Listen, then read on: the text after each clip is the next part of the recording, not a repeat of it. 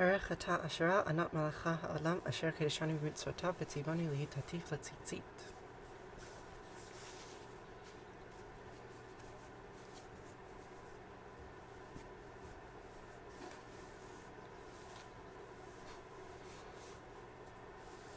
Good morning, friends.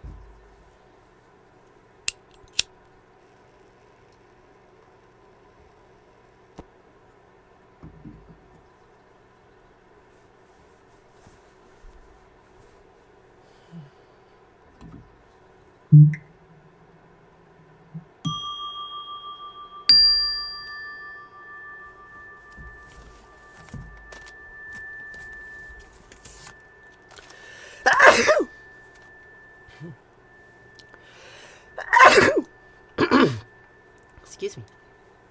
Good morning. How are you?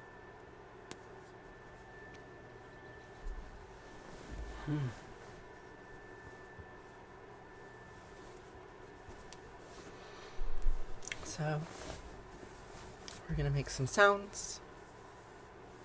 We're going to say some words. And we're going to spend a little bit of time together.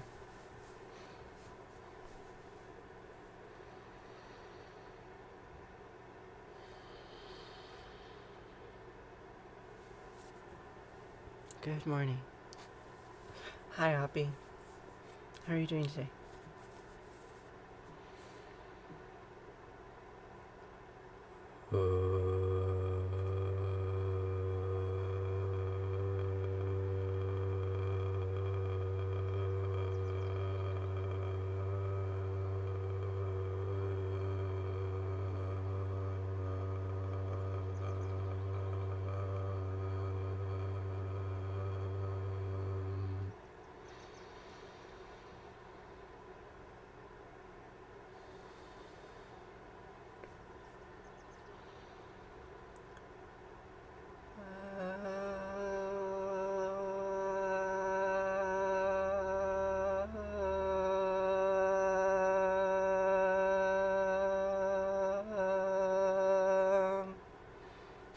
Shaky.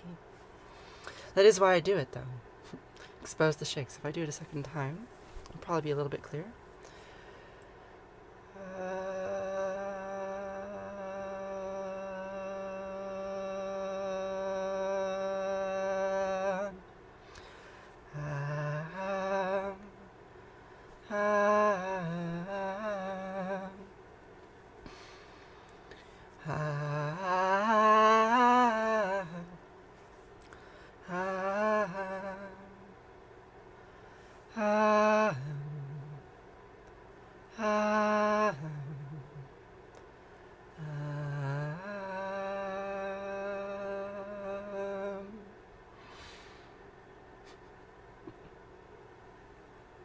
Good morning, friends. How are you doing today, Laura? How has the filming been going? It's going. I will be filming all day today. You can tell whenever I'm wearing one of these shirts. It's a filming day. Yeah, I have 3 more episodes to film, so probably 6 full days of filming remaining. It's been a very challenging project for me. The work does not come easily, because it's tinged with emotional pain, interpersonal pain.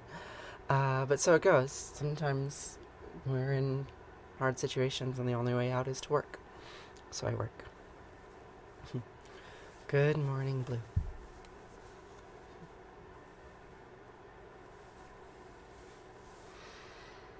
So, we are going to say some old words in Hebrew. Shema means listen. And then we'll say some old words in Sanskrit. And in between that, we'll read some old stories from Canaan. I am, excuse me, there's my voices. You can hear it. Anyway, Endo, I am filming a documentary about seed saving. It's aimed at farmers to teach them how to save seeds for common crops.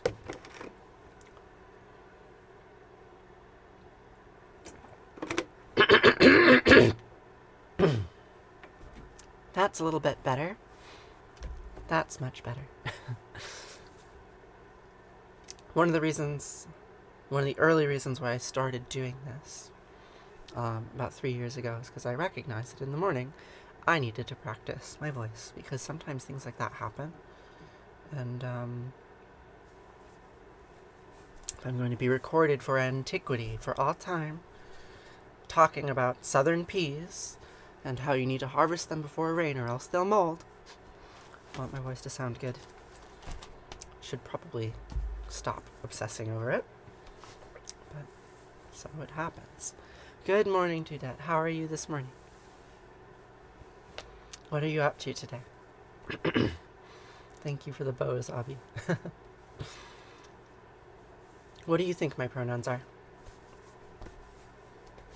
So, let's continue.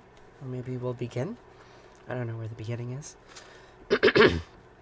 By saying some words in Hebrew about the oneness of all things. They go like this. Shema Yisrael Asher Eloheinu Yahweh Echad.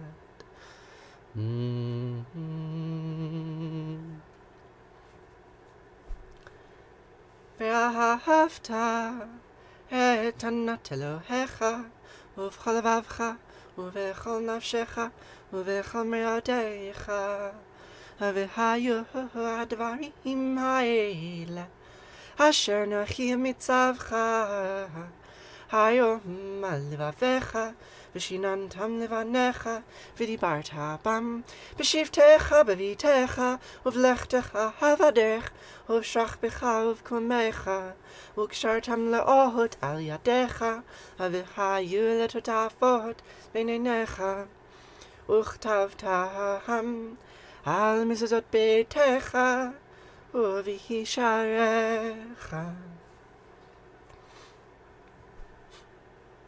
וחיה. כי ויחיה אלוהיך אל הארץ אשר נשבע לאבותיך, לאברהם ליצחק וליעקב. לתת לך ערים גדולות וטובות אשר לא בנית, ובתים מלאים כל טובה אשר לא מילאת, וברות הצבים אשר לא עשת בה, כערים וזיתים אשר לא נטעת, והלכת ושבת. הישמר לך פן תשכח את יהוה אשר הושיעך מארץ מצרים מבית עבדים.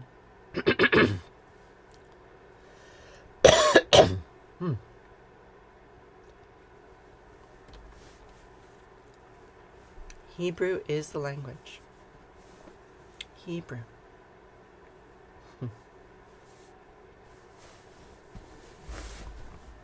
It's a language that some Jewish people think. Some Jewish people speak. But I suppose if you speak it, you think it.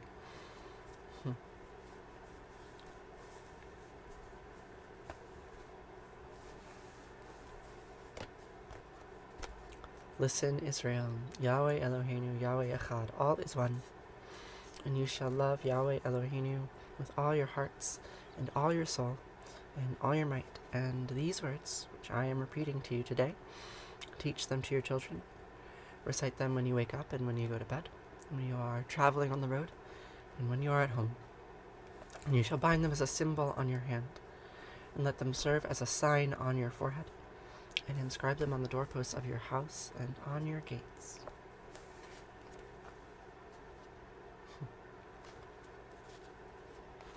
So, now we're going to read a little bit from this book, the stories from ancient Canaan. And if history is any precedent, all of you are going to leave as soon as I start reading. But you know what? I like this story. And I want to study this story, and I want to share this story with people who want to listen to it. So if most of you leave, that's fine. I'll see you tomorrow. So, where we're at in this story about Baal and Anat and El and Asherah, you've got 4 gods, right? You've got mother, father, sister, brother, son, daughter, right? El and Asherah are mother and father. Baal and Anat are sister and brother, son and daughter. And they start at a banquet. And at this banquet, Baal says, I want to be king. And then Asherah's other son, the sea serpent, says, no, I'm king. And then they have a fight, right? And Baal ends up drinking the sea serpent. Baal drinks the sea serpent and claims victory. And then the next scene we have a similar battle from Anat. Anat goes warring in the valleys, and she makes rivers of blood from soldiers. And then when she's done warring, she's not done. She transforms her chairs and tables into more soldiers so that she can kill them all. And that is our introduction to Baal and Anat. And then they claim victory once again. And then they say, well, if Baal is the king, he clearly needs a palace. Baal has no home like those other gods. Build him a home. And they throw this big temper tantrum. Build him a home, build him a home. And so El finally is like, all right, fine. You can have a palace. All you have to do is give gifts to Asherah. That was what we read yesterday. Give gifts to the Lady Asherah of the sea. Presents to the Mother of Gods. And so that's where we left off. If you want a palace, you need to ingratiate yourself to Asherah, because she is the one who will make you king. And we can continue on. She took her spindle in her hand. She raised her spindle in her right hand. She tore off the garment which covered her flesh. She threw her robe into the sea, her 2 garments into the river. She put a pot on the fire, a cauldron on top of the coals. She employed the bull, El, the compassionate. She entreated the creator of all. She raised her eyes and looked. Asherah saw Baal coming, the virgin Anat coming, the mistress of the peoples approaching. Her feet shook. Her back was as though shattered. Her face broke out in sweat. Her joints trembled. Her vertebrae became weak. She raised her voice and shouted, why has Baal the conqueror arrived? Why has the virgin Anat arrived? Have my enemies killed my sons? Have they finished off my pride of lions? But when Asherah saw the gleam of silver and the shine of gold, Lady Asherah of the sea was glad. She called to her lad, look at the marvelous gifts. Lady Asherah of the sea's fisherman, take your net in your hand. Baal the conqueror answered. The rider on clouds replied. He arose and spat at me. In the midst of the assembly of gods, filth has been set on my table, bilge in my drinking cups. Baal hates 2 kinds of banquets. Rider of the clouds hates 3. A shameful banquet, a degrading banquet, a banquet with wanton women. This is a story about the rise of patriarchy. Did you know? Right? You have to ask Asherah for gifts, but Baal comes and says, I don't care about you, Asherah. I don't care. But here there is shameful behavior. Here there are wanton women. After Baal the conqueror had arrived, the virgin Anat arrived. She gave her gifts to Lady Asherah of the sea. She gave her gifts to Lady Asherah of the sea. She gave her presents to the Mother of the Gods. But Lady Asherah of the sea said, why do you give gifts to Lady Asherah of the sea, presents to the Mother of Gods? You should give gifts to the bull El the compassionate, and presents to the creator of all. But the virgin Anat replied, we give gifts to you, Lady Asherah of the sea, presents to the Mother of Gods. And we will leave it at that for the day. That was an excerpt from Stories from Ancient Canaan, myths from the Levant prior to the rise of Judaism. Right, and so here we see a rich polytheistic landscape with many gods vying for control. Right?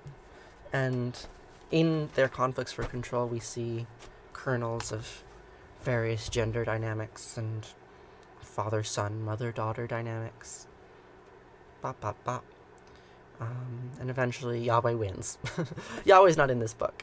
But eventually he wins and says, Forget about all those other names. Only think about my name, which of course is absurd, because history is history. For thousands of years, these were the names that people were aware of. Coco, Canaan is the historical region which is today called the Levant, which consists of what is modern-day Israel, Palestine, Jordan, Lebanon, and parts of Syria.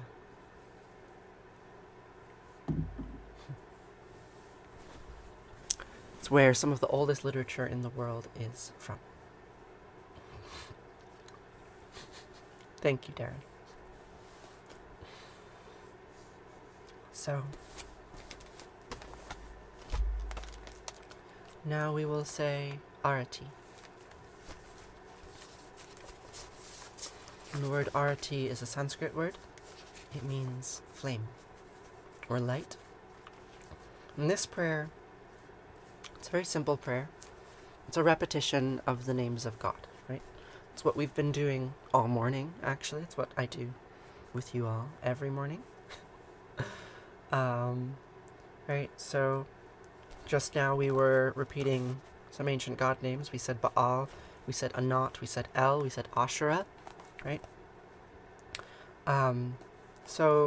These are all names that are relatively meaningless to me, to you. I mean, they're not meaningless to me, but they're syllables. They're empty syllables, right? And in the Arati, we're going to repeat syllables of many, many god names, right? The lyrics are Jaya Jaya Arati Venugopala, right? We wave the light to Venugopala. Gopala being the baby form of Krishna. Jaya Jaya Arati Ganesha, right? Here's Ganesha, the elephant-headed god. So we will say the names of all of these various gods.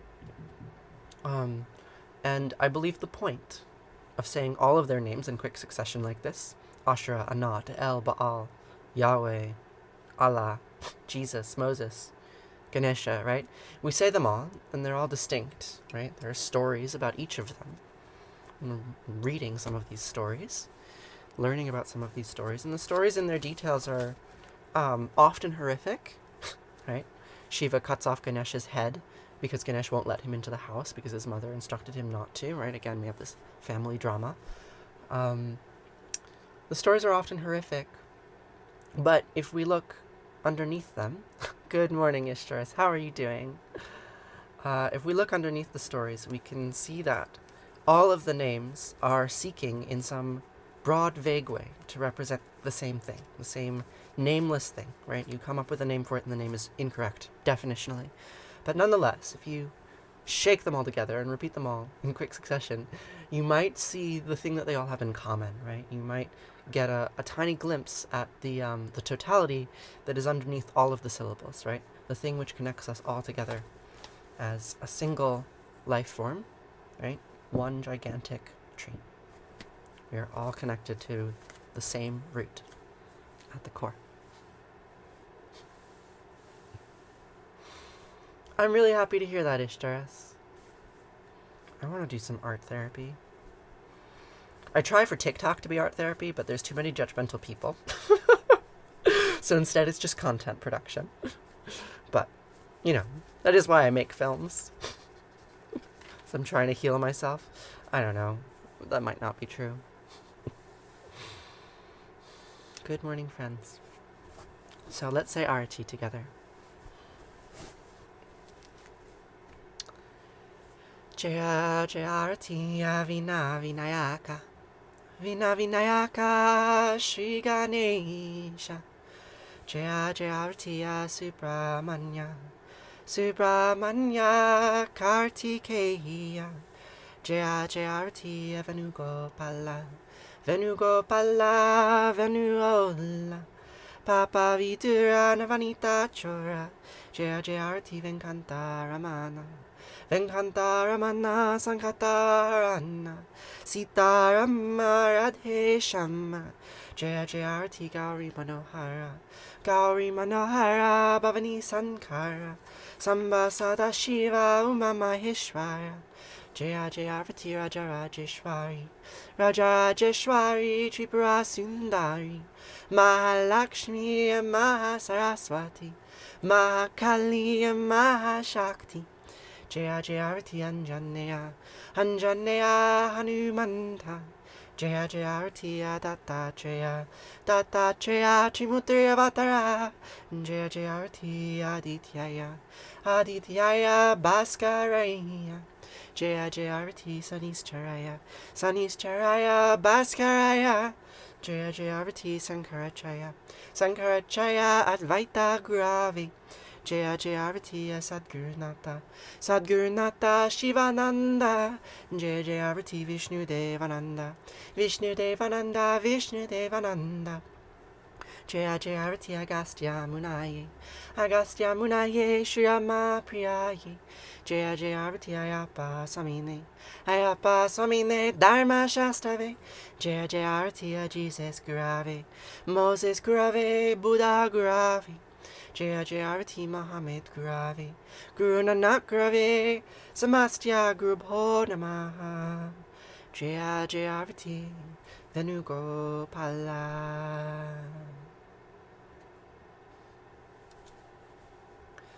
Natatra Suyobati Natandrakaratam Nema Vidyobati Kutoya Magni Twameva Bantamabandi Sarvam Tasya Basya Samidam Vivanti Om Gange Kayamune Kaiva Govari Saraswati Narmade Siddhi Kaveri Hiyaha Namastitam Namo Namaha. What language is this? Someone can tell you, I'm sure.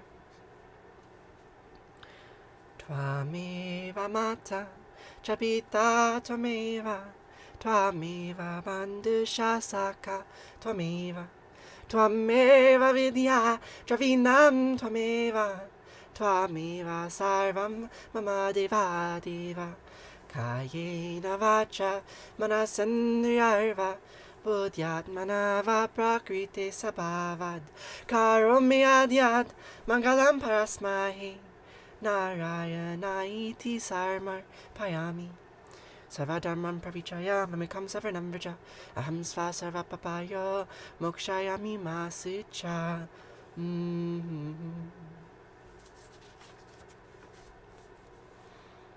Whatever actions I perform with my body, speech, mind, senses, my nature, my intellect, or my emotions, all these I dedicate to you.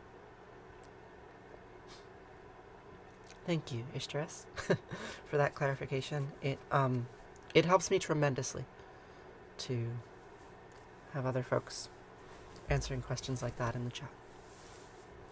Yes, that is a Sanskrit prayer. The word arati means flame or light in Sanskrit. Jaya Jayarati. And now we will switch languages to Hebrew. You thought I was saying Hebrew before because I start and end this stream in Hebrew.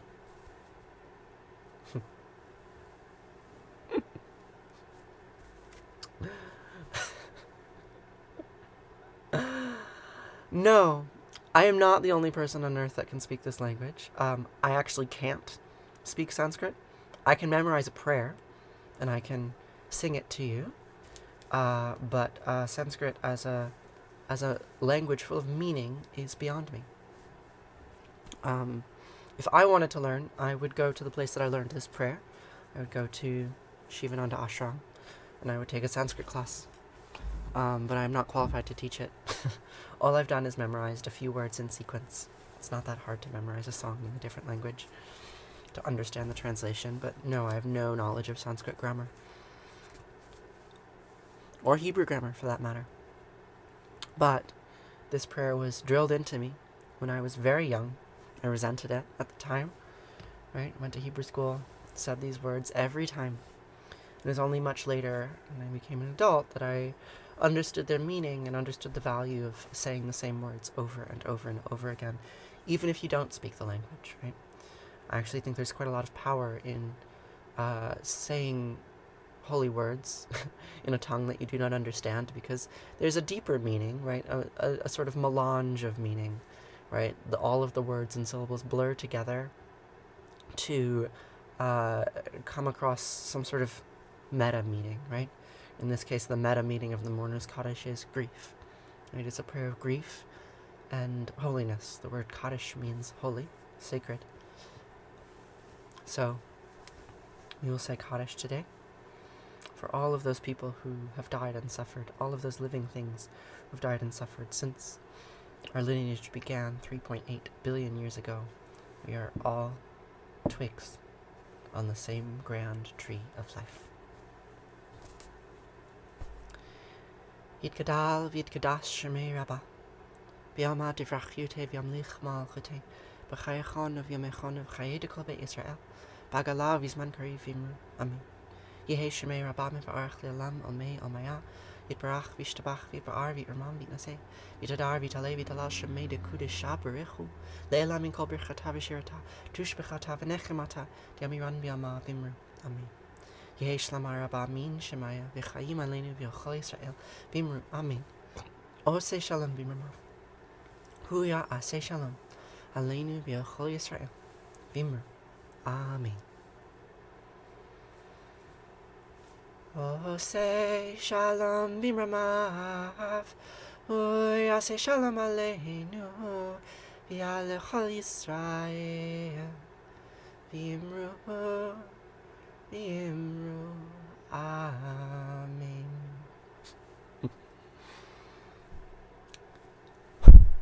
Thank you so much for joining me today, and for the shining stars and the cloud bread, and for all your kind words. I really appreciate it. I appreciate sharing this time with you. You're really kind to me. So, that's all we have for morning prayers. But I will stick around for a little bit because I am hungry. And I have a bowl of buckwheat waiting for me over there. I'm going to go get that bowl of buckwheat and then I'm going to come back. And we can have a little chit chat. Ishtaras, are you still here? I'd love to hear how your project is going. I mean, I know I'm on your server. I haven't been very active on it. My apologies.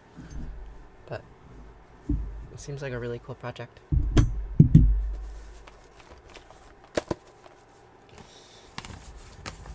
Alright, I'm going to be back in 30 seconds with a bowl of buckwheat. Stay tuned.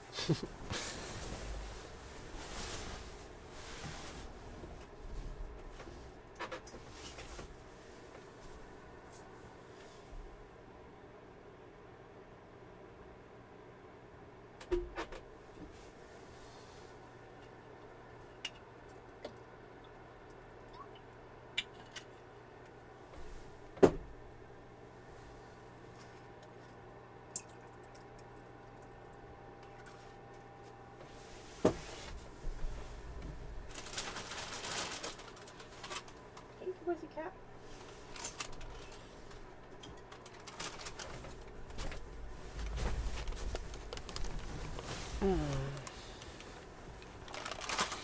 Thank you, Savannah. For a project I'm working on, I bought 8 of these shirts in different colors. I've never done anything with clothing like that before, but I really like this cut. And so I'll probably make some videos later once I have more time. Once this project is done, I'll make some videos where, I do match cuts with different colored shirts. That'll be fun. It's still in the early stages. One day, you'll publish some things, and it will be nice.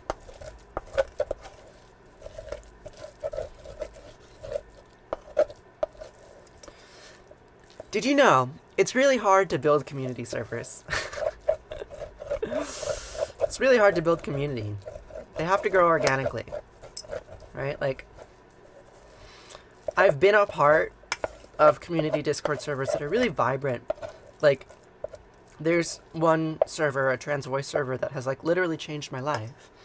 And I'm still very active in that community. And I think about it a lot. But, what are the principles? What are the inputs that you need to, actually make a vibrant community where people form friendships and care about one another and, find it socially meaningful? I don't know. It takes A lot more than viral videos, I'll tell you that. Right? And like, I'm sitting here in this commune, and there's 9 of us who live here. How do you actually form a community? I don't know. Sometimes I feel very desolate about it, actually. Right? That, like, this community feeling that everybody wants is, like, so ephemeral, and you can't actually aim at it. It takes consistency. I suppose that's true. Joie de vivre. Genuinely hard people are becoming hard to find. Genuinely kind people are becoming hard to find. I mean, I think kindness is circumstantial, right? Like, I've met people who are kind to me. I've met people who are mean to me. But I don't actually think that if someone is kind to me, it makes them a kind person. Just as if someone is mean to me, I don't think it makes them a mean person, right? These are verbs, not essences. Right? Sometimes I'm empathetic and compassionate, and sometimes I'm cruel. The organic side is essential. What helps me when fall makes me sad? I wish I knew. Springtime. Literally, like, I got sad last fall and I just waited until spring. Ugh. I don't know. Traveling.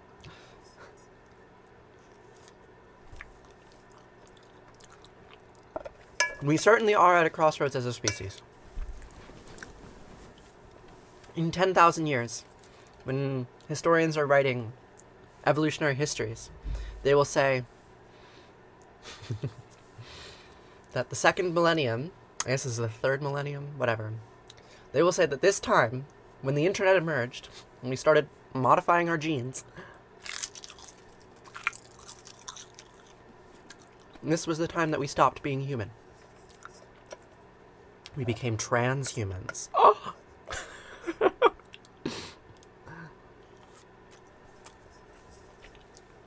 Good morning. Pamela, I live on a commune in New York State. We run a farm and have a video production business. That's why I am sitting with you here today. It's my job.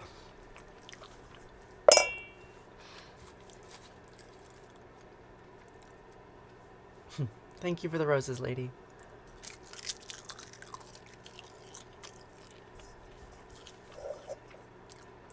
Yeah, community needs to grow organically. No one can tell it to grow or intend it to grow. And that's really frustrating. I would like to be able to intend it to grow. But that's a hard thing to intend. Or rather, you can intend it, but that doesn't mean it will happen. And in fact, sometimes your intentions can push it in the opposite direction as you become too controlling. Thank you, lady. I had to take a break from streaming for a while, and I'm still taking a break from making TikTok films.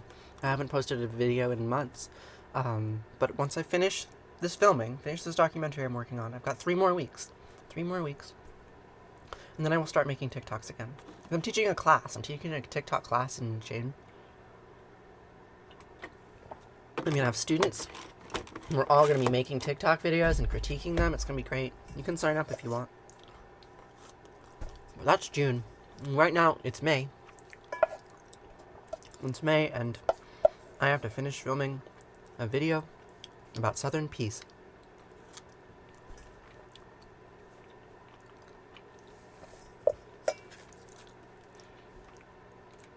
I live on a communal farm in upstate New Takesha. Takesha.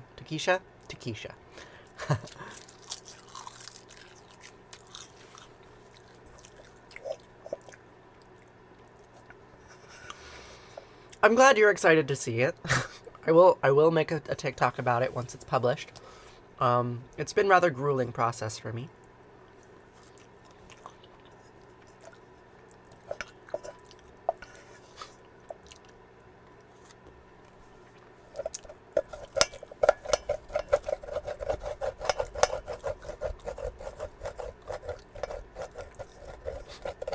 Thank you, Lady Legacy. You did that. You succeeded. I appreciate it. Really, truly. Because some people, they want to stop in and they want to send me malice, right? And they say all sorts of mean, nasty, ugly, terrible things. But I'm still here eating buckwheat. Salty Bish, my friend. How are you doing today?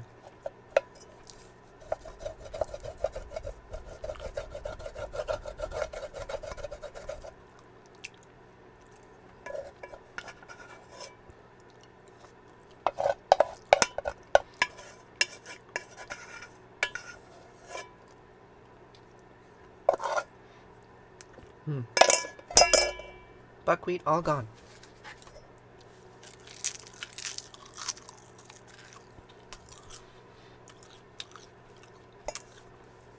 My morning's been pretty good. Did you know that I like hanging out with you? Like, I really do. It surprises me sometimes because, like, the social dynamics they feel foreign to me still. What is it to be a live streamer, to have friends on the internet who stop in to say hello because they like me? Like, it's bizarre. But I really like being here with you all. Like, it, makes me feel a lot of things. Mostly, they're good things.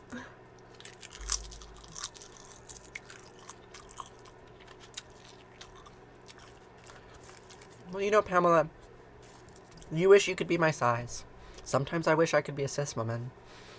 Not really, but, like, sometimes I wish there were certain male patterns in my body that were not present. Right? Like, we live in a society that makes us wish that our bodies were different. And that wish, like, there's something rather profound in it, right? Like, something sacred. Like, I want to get outside of this physical material reality, right? Like, this Gnostic idea that the material world is corrupt and we need to transcend our physical forms. It's also just, like, dysmorphic, mentally ill to have an expectation that our bodies should be anything but what they are. And yet, I follow those desires, right? Like, I've radically changed my body to have it be more like what I want it to be.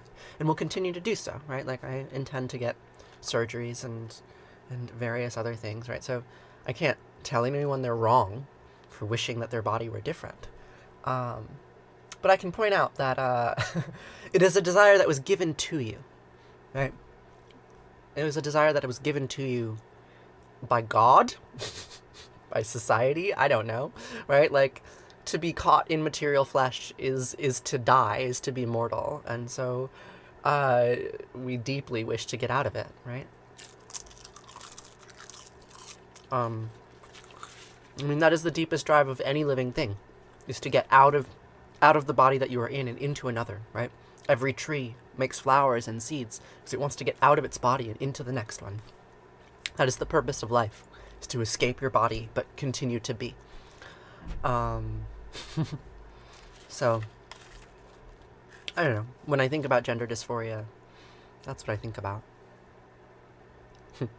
You wonder what dysphoria would be if we lived in a society that celebrates gender diversity. It would still exist, right? Like, even if we lived in a completely open and gender fluid society where there was no stigma for any kind of queerness or gender nonconformity, people would still be dissatisfied with their bodies, right? They would still want to change them. They would still want to transcend them. Because I don't think that dysphoria is fundamentally a cultural phenomenon. Like, I think it is a biological phenomenon. I think at its root, it's the same thing that makes us want to reproduce, right? Like, we want to escape the boundaries that being a material creature gives us.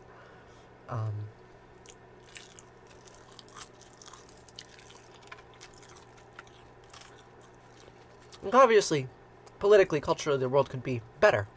But you can't solve the problem of death, basically.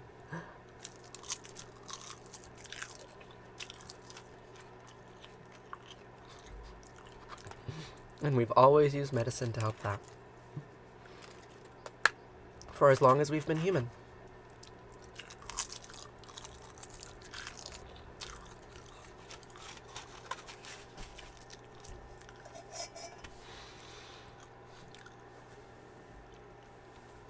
Alright, my friends.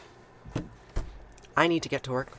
It's time for me to film about Southern peas. Ta-ta for now. It was really lovely to speak with you all. Yes, my soul is out of sync with my meat suit. It's very true. And maybe I shouldn't call it a meat suit, because that is disparaging to my very nice and beautiful body. But, sometimes it feels like a meat suit. What can you do? Have a really nice day, everyone. I'll see you later.